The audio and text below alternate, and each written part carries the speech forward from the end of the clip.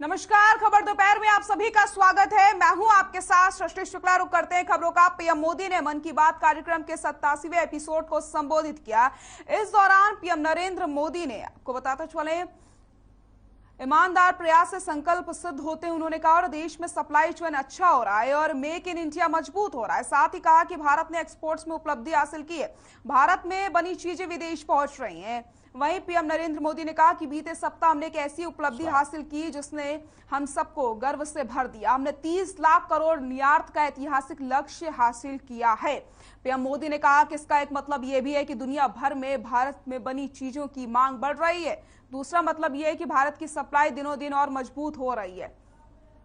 एक समय भारत में निर्यात का आंकड़ा 100 बिलियन, कभी 150 बिलियन, कभी 200 बिलियन होता था, लेकिन आज भारत 400 बिलियन डॉलर पर पहुंच गया है। विराट कदम तब उठता है जब सपनों से बड़े संकल्प होते हैं।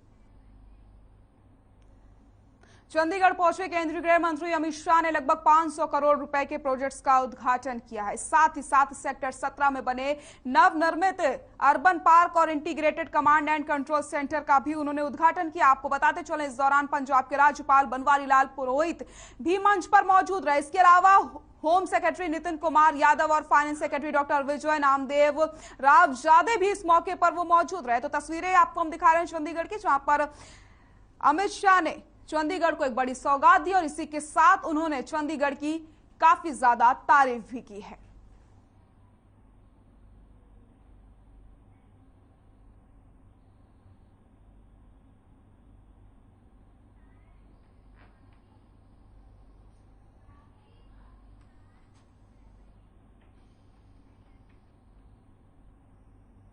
प्रदेश के सीएम मनोहर लाल ने डिप्टी स्पीकर रणबीर गंगवा के निवास स्थान पर प्रेस वार्ता की। इस दौरान उन्होंने कहा कि रोहनाथ गांव में एक ट्रस्ट बनाई गई है जिसमें 1 करोड़ रुपए डाले गए हैं जो गांव के लोगों के स्वास्थ्य के लिए इस्तेमाल किए जाएंगे। वहीं लगातार बढ़ती डीजल पेट्रोल की कीमत पर सीएम ने कहा कि ये देश की नहीं बल्कि बाहर से खरीदे जाने वाले कच्चे तेल के कारण ऐसा हो रहा है। साथ ही साथ पंचायती चुनाव पर सीएम ने बताया कि 29 तारीख को कोर्ट से फैसला आ सकता है, जिसके चलते जल्द ही पंचायत चुनाव भी कराए जाएंगे। वहीं नाजायज कॉलोनियों पर भी अपनी प्रतिक्रिया देते हुए सीएम ने कहा कि प्रदेश में अवैध कॉलोनियों को बढ़ावा नहीं देने दिया जाएगा। वहीं मौके पर सीएम ने सरकार की जन कल्याणकारी योजनाओं की भी जानकारी दी और सीएम ने कहा कि चौधरी बीरेंद्र सिंह बीजेपी में थे, बीजेपी में हैं और बीजेपी में ही रहेंगे। उन्होंने कहा कि बीरेंद्र सिंह भाजपा के एक अच्छे नेता हैं। आम आदमी में जाने के सवाल पर उन्होंने कहा कि अगर ये सवाल बीरेंद्र सिंह से ही पूछा जाता तो अच्छा रहता।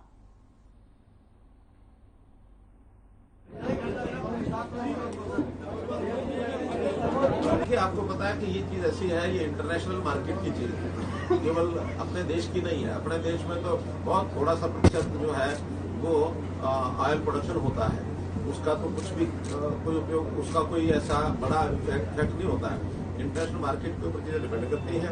और वैसे भी आखिर 5 साल में 6 साल में आपको जानकारी है हमारी जो आर्थिक जो भी स्थिति या आर्थिक जो प्रगति है, हर 6 साल में चीजें डबल होती है। चाहे किसी की आय है, चाहे किसी का खर्चा है, चाहे महंगाई है।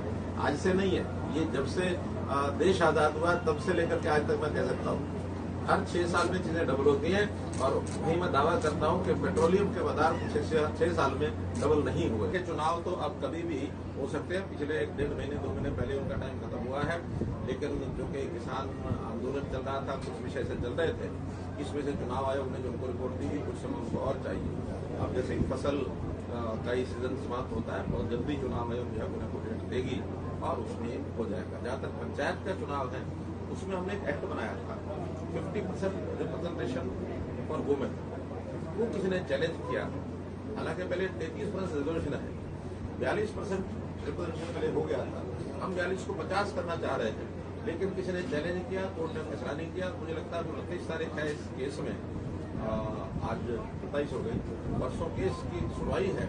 मुझे लगता है फैसला क्वेश्चन हो जाना चाहिए और बहुत जल्दी कर देना।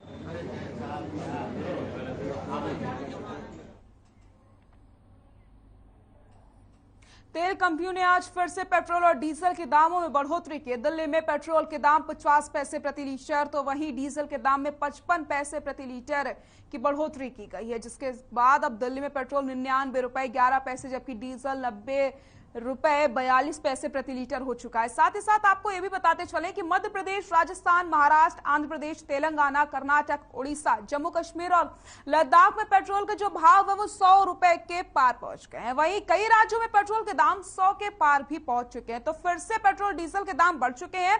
50 पैसे प्रति लीटर महंगा हुआ है पेट्रोल और 55 पैसे डीजल में बढ़ोतरी हुई है। तो ये लगातार 6 दिनों से 5वीं बार पेट्रोल और डीजल के दाम बढ़े हैं। यहाँ पर आम आदमी को परेशानियों का सामना करना पड़ रहा है, क्योंकि जो राहत की उम्मीद यहाँ पर आम आदमी कर रहा है वो उम्मीद नजर नहीं आ रही है। किसी भी प्रकार की राहत तो नहीं मिल रही, लेकिन 6 दिन से 5 बार पेट्रोल डीजल के दाम बढ़ चुके हैं। पेट्रोल डीजल के दामों में फिर से आग लगी है और अब आपको बता देते हैं कि शहरों में क्या कुछ इस समय दाम चल रहे हैं पेट्रोल डीजल के। दिल्ली की अगर बात की जाए तो 99 रुपए 11 पैसे पेट्रोल और 90 रुपए 42 पैसे डीजल है। मुंबई की अगर हम बात करते हैं तो 113 रुपए 88 पैसे पेट्रोल और 98 रुपए 13 पैसे डीजल है। इसी के साथ अगर कोलकाता का रुख किया जाए तो 108 रुपए 53 पैसे पेट्रोल और 95 रुपए डीजल है। और चेन्नई में 104 रुपए 90 पैसे पेट्रोल पहुंच गया है और 94 रुपए 47 पैसे डीजल पहुंच गया है।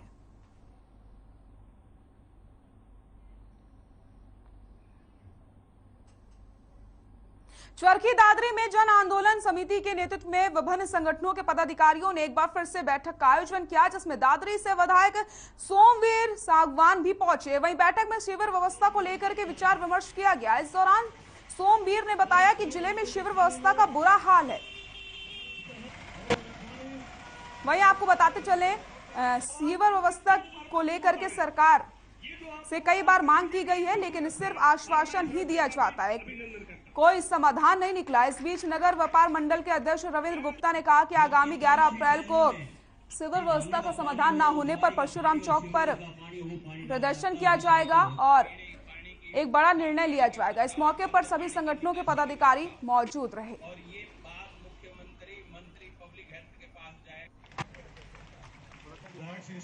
यह कार्यक्रम सीवरेज पानी को लेकर, पीने को पानी को लेकर किया था। गत 9 महीने से यह आंदोलन समिति सक्रिय है और शहर में पूरा शहर सीवरेज से बदहाल व्यवस्था में जी रहा है। आज अगर देखें तो मेन बाजार में, पुराने बस स्टैंड पर, चरखी दरवाजा, गवर्नमेंट हाई सेकेंडरी स्कूल, सभी मुख्य स्थानों पर पानी भरा हुआ है, लेकिन सरकार व प्रशासन किसी प्रकार का कार्य इस व्यवस्था को सुधारने में नहीं। इसका पीने का पानी का रेन वाटर का सर्वे के समाधान है, तो एमरेट टू स्कीम है। सेंट्रल गवर्नमेंट का जो पैसा लगेगा बड़े शहरों की तरह इसको दादने का काम होगा जब है इसका समाधान। अब तक बगैर प्लानिंग का सारा सिस्टम था, न बिजली, न पानी, न सीवर, न पीने का पानी, कुछ नहीं, वैसे ही था। और जितना विकास होना चाहिए था वो है नहीं। अब कोशिश करेंगे, सरकार का समर्थन करें, सरकार के साथ है तो इस दादरी कायपर का काम करेंगे। मेडिकल कॉलेज, स्टेडियम, जो भी दादरी की मूलभूत समस्याएं हैं, कमी है, उनको पूरा करेंगे। इस सीवर पानी की व्यवस्था के लिए आंदोलन दादरी की जनता लगातार कर रही थी। उस कड़ी में आज जो शहर का पूरा हाल है उसमें आज सारे शहर के साथी आज यहाँ इकट्ठे हुए थे। उन्होंने यहाँ स्थानीय विधायक जो आज बीजेपी का समर्थक भी है वहाँ पहुँचे हैं और उन्होंने 5 दिन का आश्वासन दिया है कि पानी 5 दिन नहीं, अगर बाद भी पानी मिलता है तो हमने 11 तारीख को रोहतक चौक जो सबसे बड़ा चौक जो परशुराम चौक नाम जाना है, सुबह से लेकर शाम को किया जाएगा। और वहाँ मंत्री हरियाणा के मुख्यमंत्री खट्टर का और हमारे स्थानीय विधायक जी ने हमारे यहाँ उन्हें वादा किया, अगर वो वादे से मुकरते हैं साथ उनका भी पुतला फूले काम किया जाएगा। चरखी दादरी में खिलाड़ियों ने हरियाणा सरकार की सरकारी पदों में खिलाड़ियों का जो कोटा है उसे समाप्त करने पर नाराजगी जताते हुए कहा कि सरकार की सभी प्रकार की नौकरियों में खिलाड़ियों को स्पेशल कोटा दिया जाए। इस दौरान कबड्डी प्रमोटर योगेश इमलोटा ने बताया कि सरकार खिलाड़ियों से अनेक वायदे करती है लेकिन धरातल पर कुछ भी दिखाई नहीं देता। वर्तमान सरकार ने सरकारी नौकरियों में खिलाड़ियों का जो कोटा है उसे समाप्त कर दिया है, जिससे सभी खिलाड़ियों में भारी रोष है। यहां तक कि खिलाड़ियों को किसी भी प्रकार की कोई सुविधाएं उपलब्ध नहीं करवाई जा रही हैं, जिसके चलते खिलाड़ियों को बहुत ज्यादा परेशानियों का सामना करना पड़ता है।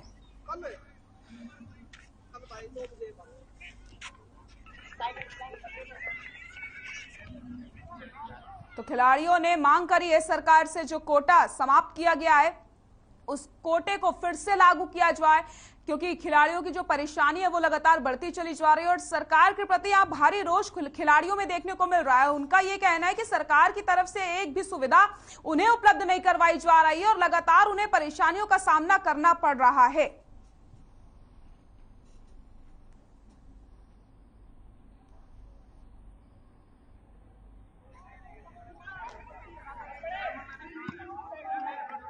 खिलाड़ी हैं जो खेल संस्थाओं से जुड़ रहे हैं, सब लोग मिलकर इस मुहिम को तेज करो और सरकार के कानों तक ये बात जाए कि ये जो 3% कोटा है खत्म ना किया जाए, खिलाड़ियों का भविष्य अंधकार में ना डालें।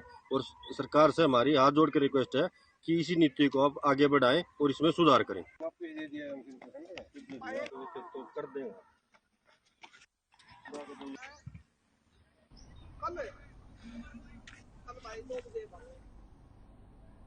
खबर दोपहर में वक्त हो चुका है एक छोटे से ब्रेक का, जल्द हाजिर होते हैं।